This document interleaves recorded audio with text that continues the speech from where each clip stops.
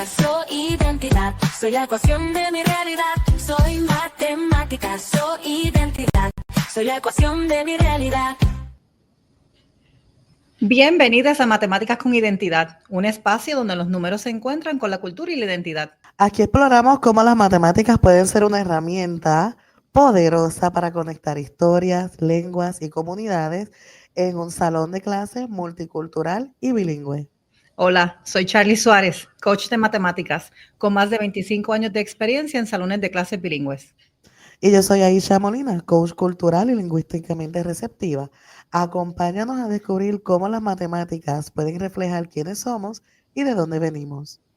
Hoy vamos a hablar de cómo romper los esquemas tradicionales en la enseñanza de matemáticas, integrando la cultura y la identidad en el salón de clases bilingües. Exacto, porque las matemáticas no son solo números y operaciones, son una forma de ver el mundo.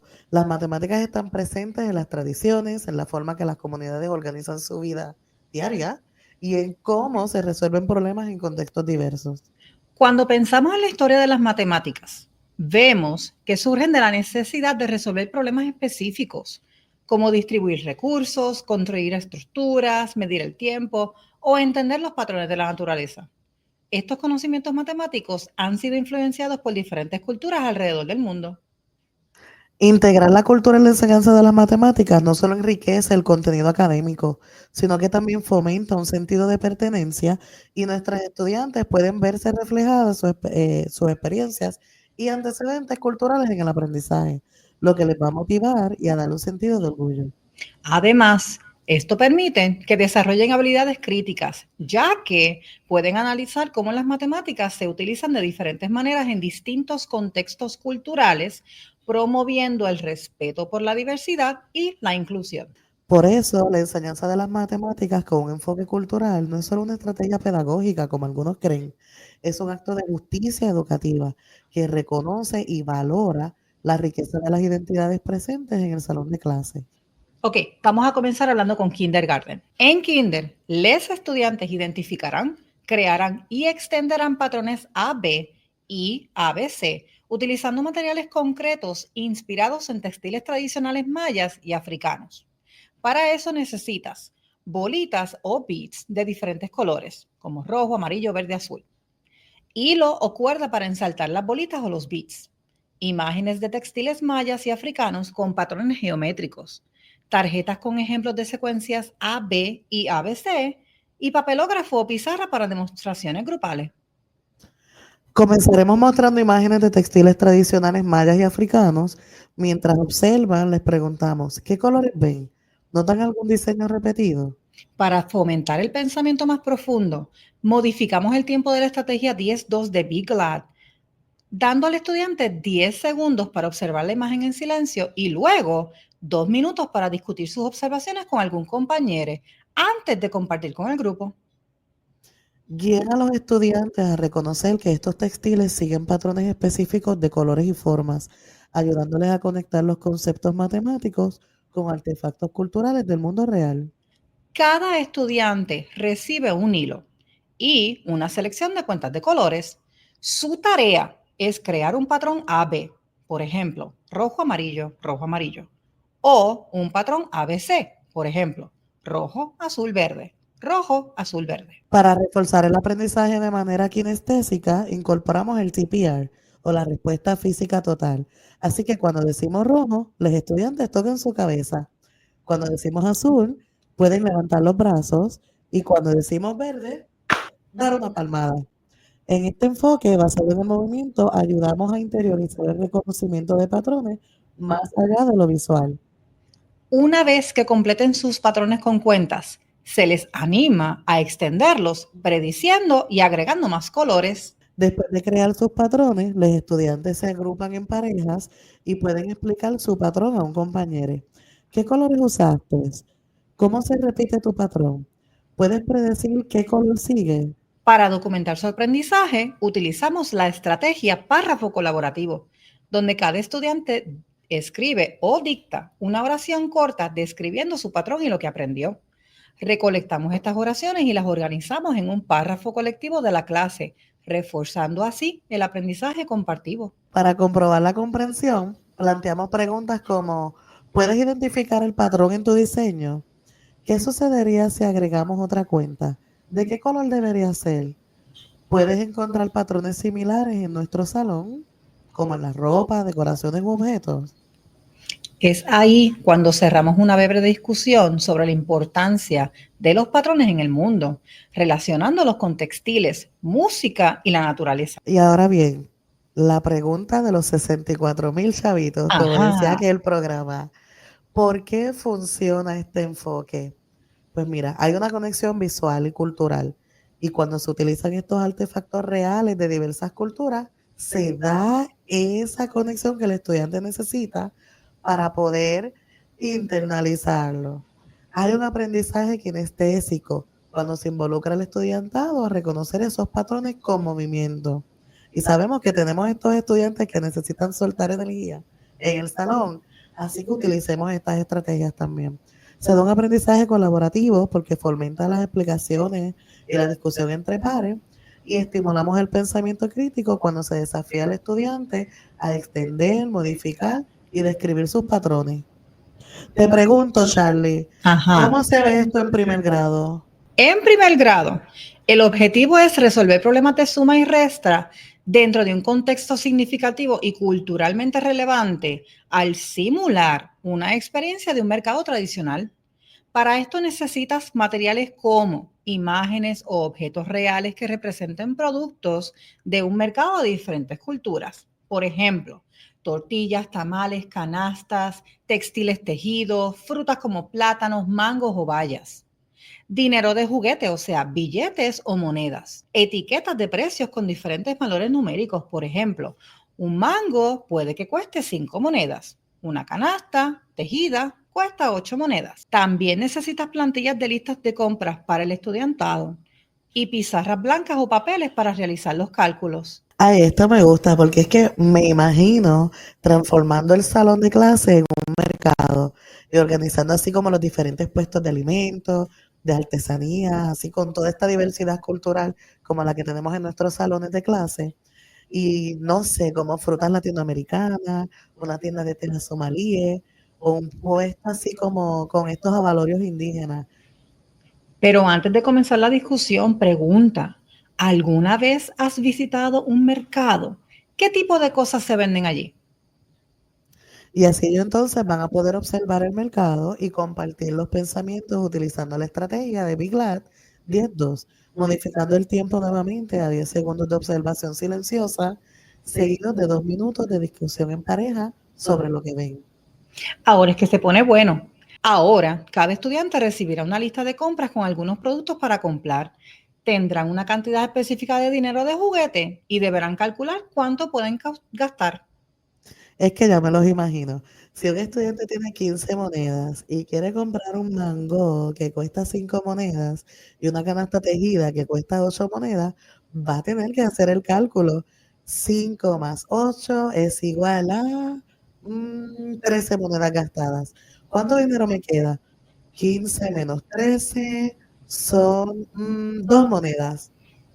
Ah, pero el maestro no se va a quedar mirando todo. Maestro va a ser partícipe de la actividad. Maestre es el que se encarga de las cajas para pagar y asistirá a los estudiantes a reforzar la comprensión, a pagar sus artículos. Utilicen movimientos corporales como la estrategia de respuesta física total o TPR, diciéndole, cuando decimos suma, los estudiantes aplauden. Cuando decimos resta, dan un paso para atrás o cuando encuentran un total, lo muestran con sus dedos.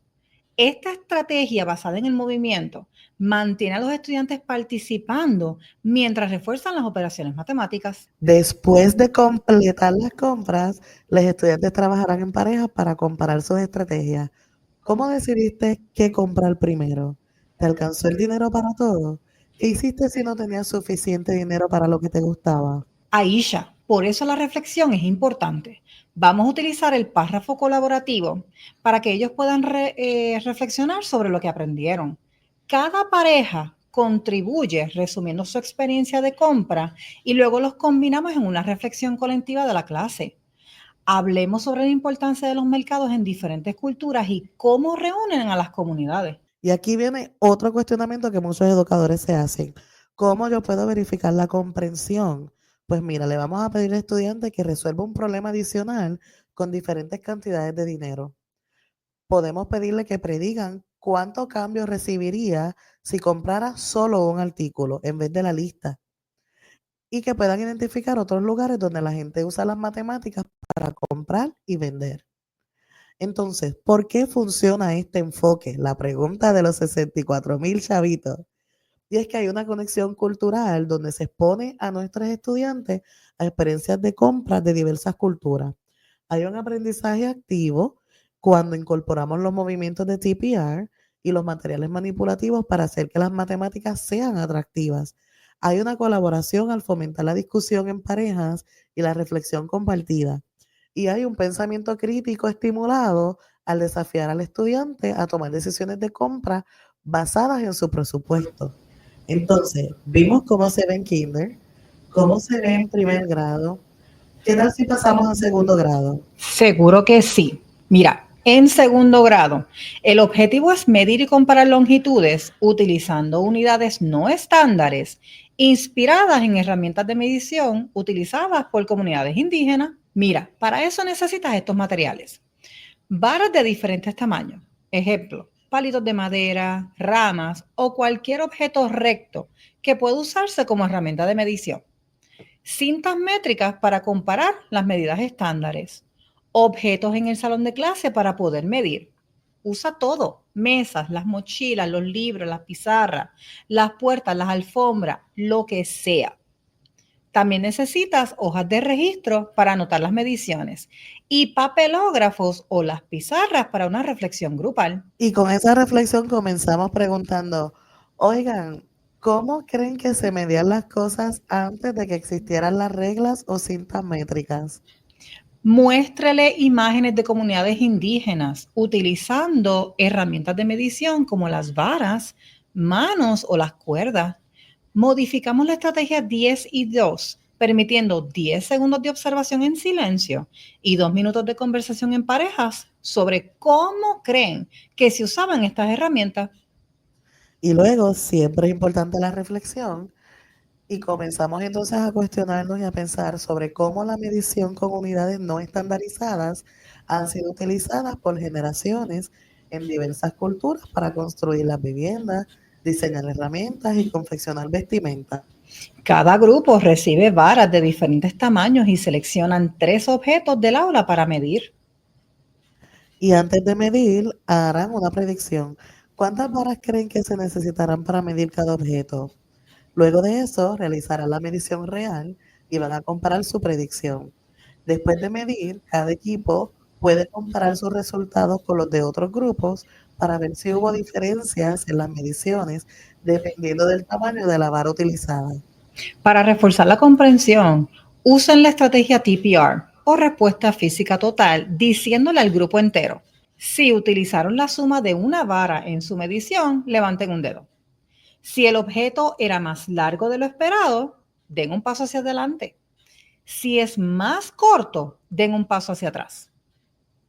Después de medir, cada equipo puede comparar sus resultados con otros grupos para ver si hubo diferencias en las mediciones dependiendo del tamaño de la vara utilizada. Ahí es donde caemos en la reflexión.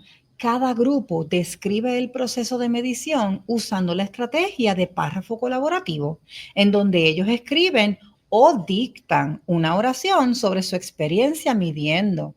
Luego unen las oraciones y forman un párrafo grupal sobre lo que aprendieron. Podemos guiar la reflexión haciendo preguntas como ¿cómo fue medir con varas en lugar de reglas? ¿Qué ventajas y desventajas encontraron al medir con unidades no estandarizadas? Al compartir sus ideas en voz alta, estamos fomentando el aprendizaje colaborativo. Para verificar la comprensión, vamos a plantear las siguientes preguntas. ¿Pudieron medir con precisión usando las varas? ¿Cómo pueden comparar sus mediciones con las de otros grupos? ¿Cómo creen que las comunidades indígenas utilizaban este tipo de medición en su vida diaria? Para concluir, conversaremos sobre cómo la medición sigue presente en nuestro día a día, incluso cuando no usamos herramientas exactas. Por ejemplo, cuando medimos los ingredientes de la cocina o usamos pasos para estimar la distancia. Pero ¿por qué funciona este enfoque? Volvemos, hay una conexión cultural relacionando la medición con prácticas indígenas tradicionales, hay un aprendizaje activo cuando usamos herramientas físicas y movimientos como el TPR para reforzar el aprendizaje, hay una colaboración involucrando trabajo en equipo con las estrategias de párrafo colaborativo y fomentamos el pensamiento crítico, permitiendo comparar mediciones, hacer predicciones y reflexionando sobre la precisión de diferentes herramientas. ¿Estamos listos para tercer grado, Aisha? Estamos ready. Vamos. En tercer grado, queremos que los estudiantes comprendan la organización de los objetos en filas y columnas para introducir la multiplicación. Vamos a utilizar representaciones concretas con semillas o fichas y movimientos corporales a través de TPR, respuesta total física. Para esto necesitas semillas, fichas o pequeños objetos que puedan manipular, hojas cuadriculadas o bandejas con espacios marcados, tarjetas con problemas de multiplicación sencillo y un espacio en tu salón de clases para representación física de filas y columnas. Y podemos comenzar con la siguiente pregunta. ¿Cómo organizamos los cultivos en el campo para que crezcan bien? Mira, comiencen. Muestren las imágenes de huertos organizados en filas. Modificamos la estrategia de 10-2 para que se utilicen 10 segundos para observar cómo están distribuidas esas plantas y 2 minutos para que puedan hablar en pareja. Pregunten, ¿cómo podríamos contar todas las plantas sin tener que contarlas una por una? Y además podemos invitarles a reflexionar sobre cómo la multiplicación nos ayuda a contar objetos organizados en grupos iguales de manera eficiente. Cada estudiante debe recibir semillas o fichas para organizarlas en filas y en columnas, siguiendo los problemas como un ejemplo. Si un agricultor siembra 4 filas con 3 plantas en cada fila, ¿cuántas plantas hay en total? Ay, tengo una idea para esa comprensión utilizando la respuesta física total. Si cada estudiante representara una planta y se organiza en filas y columnas en el salón de clases, ya cuando estén formados pueden contar en voz alta cada grupo para confirmar el total. ¿Qué te parece? Ay, me encanta la idea. Mira, después de esa representación física, ellos pueden utilizar hoja cuadriculada para dibujar su modelo y pueden también añadirle la ecuación correspondiente. Ejemplo, 4 por 3 es igual a 12. Me encanta porque así cada grupo puede describir su experiencia resolviendo el problema utilizando también la estrategia de párrafo colaborativo. Un estudiante escribe cómo organizaron las filas y columnas, otro explica cómo representaron la multiplicación con dibujos o ecuaciones y un tercer estudiante puede justificar por qué este método es más eficiente que contar uno por uno. Preguntas para guiar la reflexión. ¿Cómo nos ayuda la representación física a entender el problema? ¿Por qué la multiplicación nos permite contar más rápido? Y así cada grupo compartirá su párrafo con la clase y compararemos las estrategias. Maestro, es importante verificar la comprensión. Para eso pregunte, ¿cómo podríamos resolver este problema de otra manera? ¿Qué pasaría si agregamos más filas o columnas? ¿Cómo cambiaría la ecuación? ¿Dónde más podemos ver la multiplicación en la vida cotidiana? Y así podemos finalizar esto con una conversación sobre cómo la multiplicación se usa en la agricultura, en la organización de eventos, la distribución de espacios en la comunidad. Y volvemos otra vez con la pregunta, ¿por qué funciona este enfoque? Hay una conexión con la vida real al relacionar la multiplicación con la agricultura y la distribución en filas y columnas. Hay un aprendizaje activo para reforzar la relación entre la multiplicación y la organización espacial. Hay una colaboración que fomenta el trabajo en equipo con la estrategia de párrafo colaborativo y un estímulo de pensamiento crítico que ayuda al estudiante a visualizar cómo la multiplicación simplifica el conteo de grupos iguales. Que estas actividades no están espectaculares. Me encantan. Ya quiero verlas implementadas en el salón de clase. Deja que vayamos a los salones a ver cómo lo aplica. Yes. Vamos para cuarto grado. Muy bien. En cuarto grado, el objetivo es identificar y trabajar con fracciones equivalentes. Los estudiantes identifican y trabajan con fracciones equivalentes ajustando porciones de recetas tradicionales para diferentes cantidades de personas. Para esto necesitas recetas con ingredientes en formato fracción. Ejemplo, media taza de harina, 3/4 tazas de agua.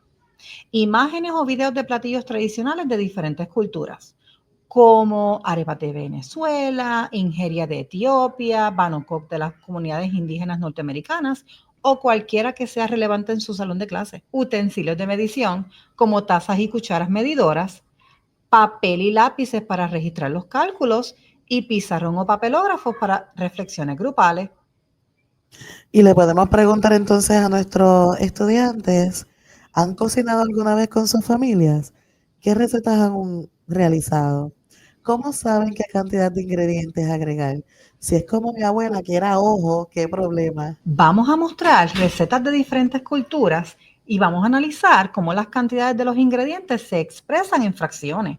Luego, modificaremos la estrategia de 10-2 de Big Glad para permitir 10 segundos de observar una receta con fracciones y 2 minutos para discutir en parejas cómo podríamos duplicarla o reducirla. Y ahí invitamos a la reflexión sobre cómo la cocina es una forma en la que usamos matemáticas en la vida diaria.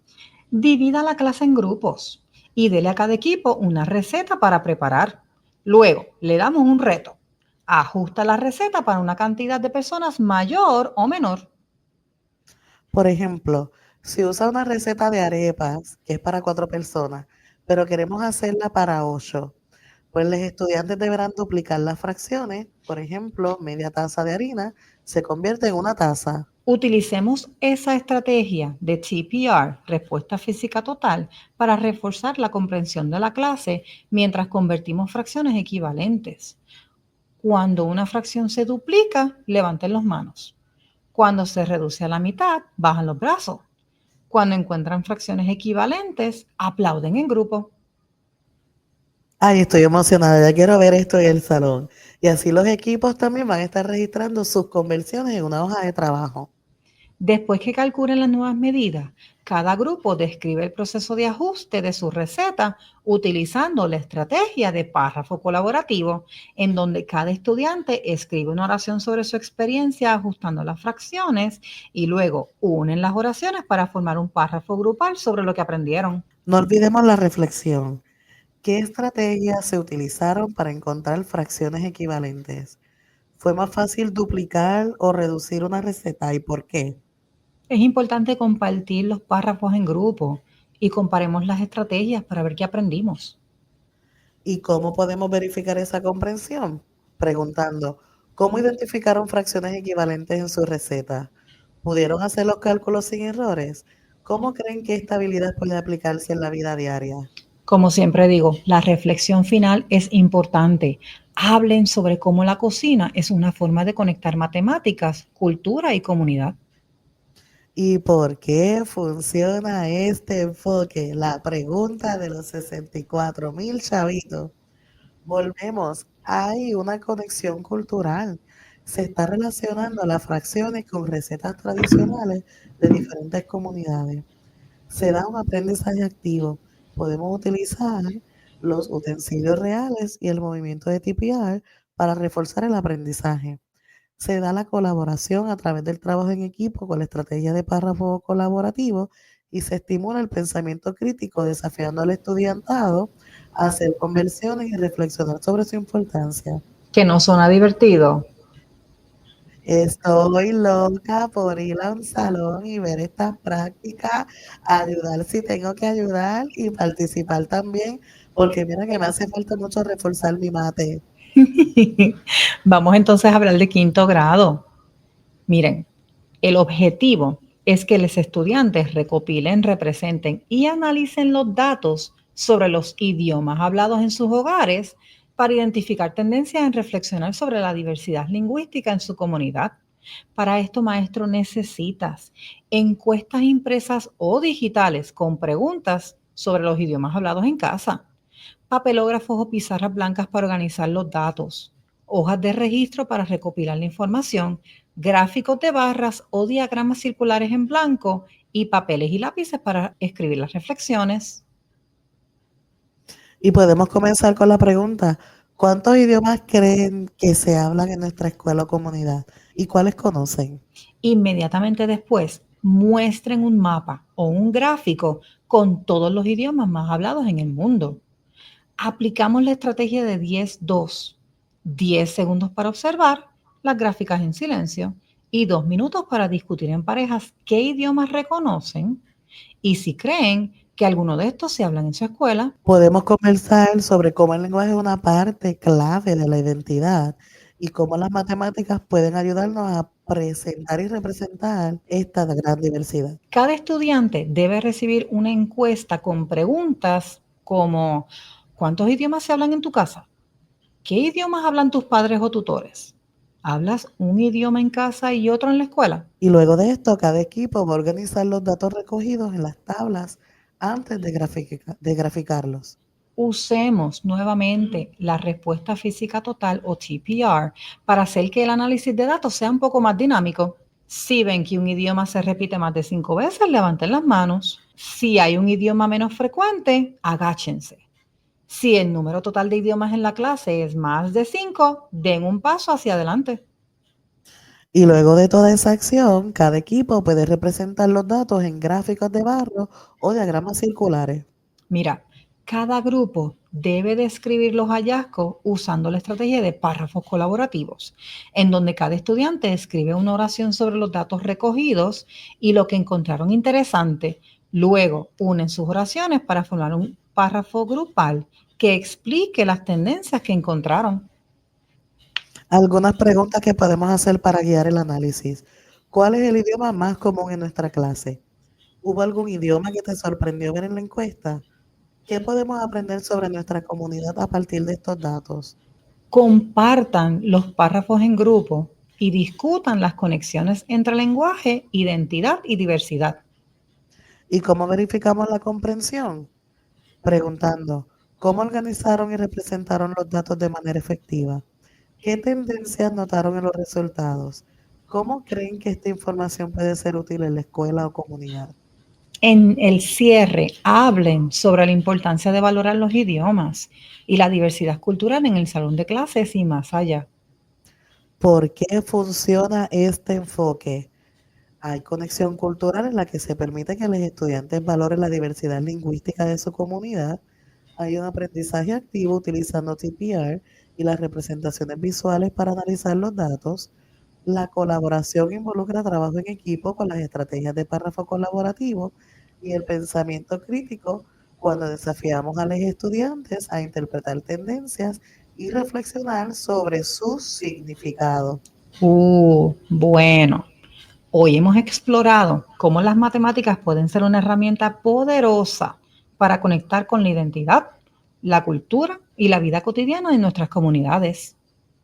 Cuando integramos estas prácticas matemáticas sostenibles desde un enfoque cultural, estamos permitiendo que cada estudiante vea su historia reflejada en el aprendizaje y encuentre significado en los números más allá del papel. Realmente esperamos que estas estrategias les inspiren a hacer de sus aulas espacios donde las matemáticas no solo se aprendan, sino que también se vivan con identidad. Así que gracias por acompañarnos en este viaje. Recuerden que enseñar matemáticas con identidad es una forma de celebrar la diversidad, fomentar el pensamiento crítico y fortalecer el sentido de comunidad en el salón de clase. Nos vemos en el próximo espacio de Matemáticas con Identidad. Hasta la próxima.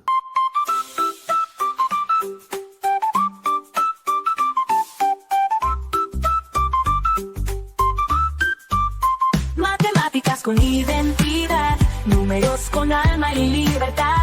Cada fórmula cuenta mi verdad, mi cultura es mi diversidad. Soy matemáticas, soy identidad, soy la ecuación de mi realidad. Soy matemáticas, soy identidad, soy la ecuación de mi realidad.